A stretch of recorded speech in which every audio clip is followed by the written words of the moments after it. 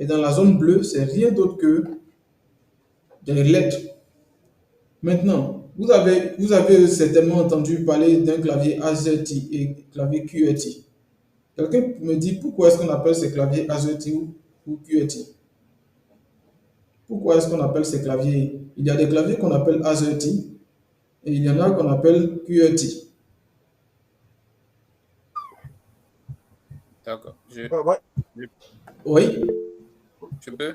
oui, allez-y. Ouais, ok, ouais, allez-y. D'accord. Ce qu'il faut savoir, c'est on a deux types de claviers. D'accord.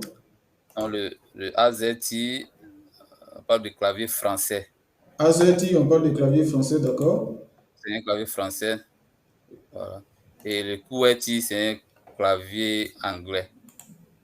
C'est pas américain. Le QWERTY est un clavier anglais. Bon, Oui. continuez le temps que j'accepte quelqu'un rapidement. Beaucoup. Oui, est-ce qu'il y a quelqu'un d'autre qui veut intervenir?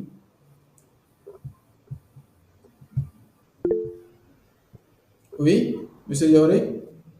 Oui, on parle de AZT parce que sur le clavier, ça commence par AZET. Je pense que c'est un peu ce qu'on voit un peu à l'écran ici. D'accord. Donc, Donc ici, on a AZT. C'est bon? mhm, Voilà. oui, Effectivement, nous avons sur le clavier ici AZT. Pour reconnaître un clavier, il faut, au niveau du pavé, disons, des touches de lettres, il faut lire les six touches, les six premières lettres. Donc ici, nous avons AZT, c'est pourquoi ce clavier est appelé AZT et c'est un clavier français. Maintenant, comme l'a dit notre ami, le clavier QWERTY, c'est vrai, c'est un clavier américain. Et vous allez constater aussi qu'ici, au niveau des six premières lettres, nous allons trouver QWERTY. Ce qui veut dire qu'aujourd'hui, vous pouvez maîtriser un clavier AZERTY et tomber demain sur un clavier QWERTY, mais ce n'est pas grave. Parce que vous allez trouver simplement qu'il y a eu un déplacement, il y a eu un déplacement de touche. C'est-à-dire là où il y a la touche, la lettre A, vous allez constater, si c'est un clavier QWERTY, que c'est un Q qui se trouve là-bas.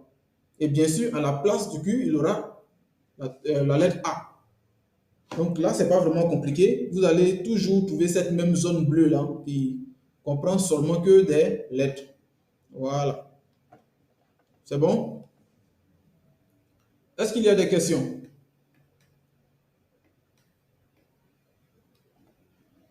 Maintenant, s'il n'y a pas de questions, oui, une question. oui.